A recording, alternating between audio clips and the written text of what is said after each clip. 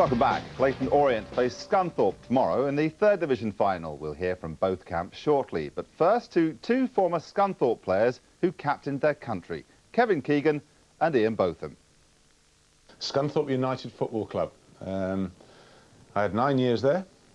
Thoroughly enjoyed it. I started going just to watch, and I thought, well, that looks like quite a good way. If you've got to train to play cricket, you might as well do it with 22 other guys. So started training with them, and ended up playing a few games in the reserves, and then eventually in the first team.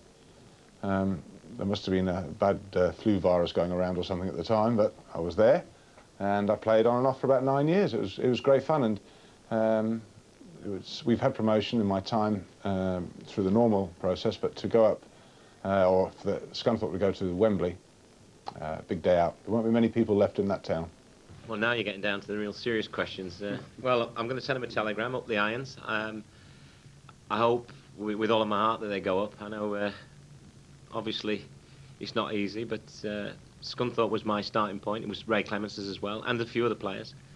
And although the ground's changed, it's moved from the old showground down to Glanford Park now, isn't it? The people are the same, and the club can definitely support second division football. So I'm wishing them all the best, and I'll be watching. I won't be able to take my eyes off the telly like I couldn't for the European Cup final. I think Scunthorpe will win, but there again, that won't come as any surprise to anyone that knows me. I think they'll do extremely well. Like all games, you get to Wembley, it's a big day for Leyton Orient, it's a big day for Scunthorpe, and the fans of both clubs, and I just hope that Scunthorpe nick it by 1 goal. Ray Clemence, one of 3 great names in English sport as former Scunthorpe players. Well, the town of Scunthorpe is better known for its steel-making industry than its football team. But this week, the locals have been showing their support after Scunthorpe United reached a playoff final for only the 2nd time in the club's history. Our ace reporter, Chris Kamara, dropped in to take a closer look at their preparations for the big game at Wembley. I put on the Scunthorpe kit in an attempt to impress during training and maybe sneak into the side to face the Orient at Wembley. And let's have a stretch there. Let's have a stretch.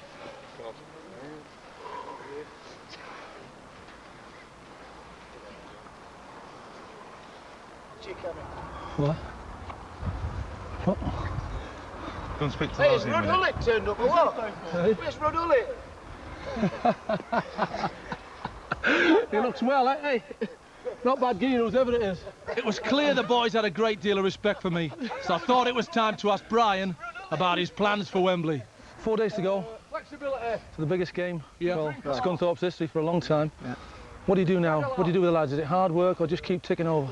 It's not really hard work, but I think particularly the first couple of days now, it's it's yourselves as the press and all want to speak to them, and we've got to make sure that they don't get carried away and get on the crest of a wave and go the other directions. We've really got to concentrate, and really these next 2 days, all right, we're not going to go thorough onto it, but it's going to be more laid back, and then the next 2 days after that, it's going to be really concentrated work. Hard work, tactics against Leyton Orient. Well, that's right. Yeah, it's not necessarily tactics against Leyton Orient. I think it's more how we want to play.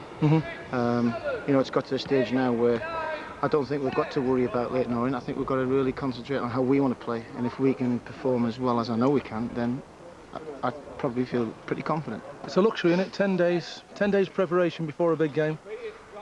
Well, you know what it's like. I'd rather have it shorter than that. Yeah. Because you've got too much thinking about. Yeah. I'd rather get straight into it. But at the end of the day, we're going to really enjoy it. The town's buzzing for the first time for a long time, and the training's been really relaxed, and that's the most important thing. They're fit enough. They're a fit bunch of lads. They're fit and happy. They're fit and happy, and that's, if we can go to Wembley fit and happy, then you've got a great chance of winning again. Right, and who's closing that up there, by the way? Well, I thought Rod Hullet had turned up, but the lads were mentioning because you picked Swansea for us to get beat. It wasn't me, I told you it was that fella that writes in the paper. No, just a different coloured guy. Yeah. I could tell the boss was keen to see what I could do in training, so now it was time to impress. Catch it and run. Bang out. First one. Yeah, I knew that.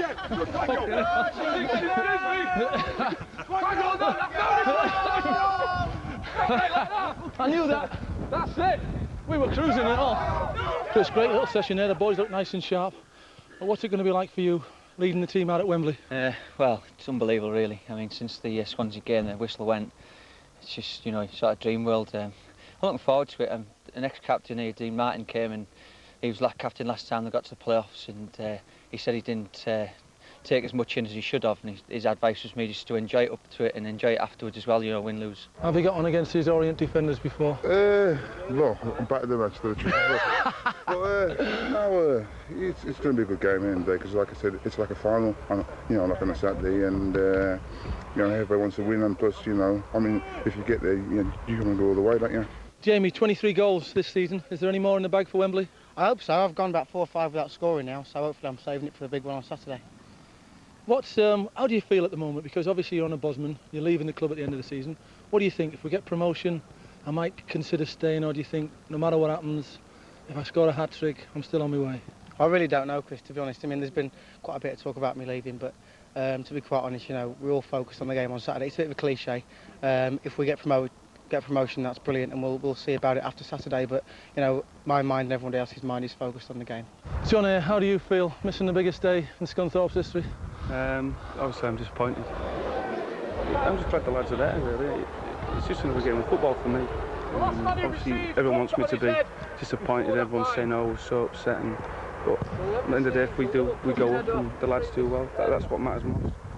So with John Eyre out of the team suspended, it was now a great chance to show off my talents to the rest of the boys. It was half-ish.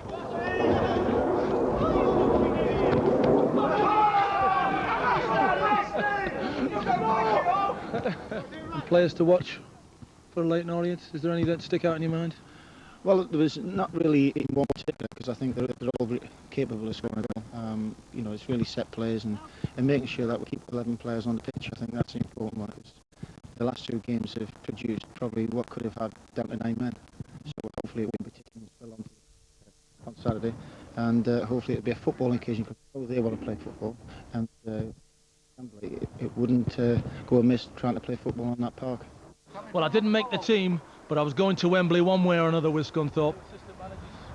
But there's just one thing I'll need for the big occasion. What's my hair really look like now?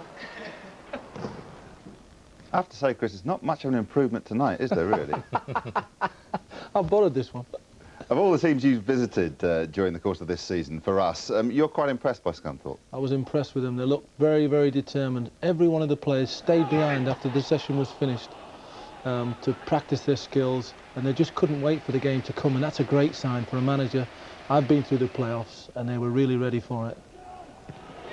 And they did well to come back from a goal down at the first leg at the Vetch. Yeah, Matthew Bound's header there, headed for the top corner, and goalkeeper Matt Clark didn't have any chance there. Become the home tie, or pretty convincing, I suppose, that scoreline.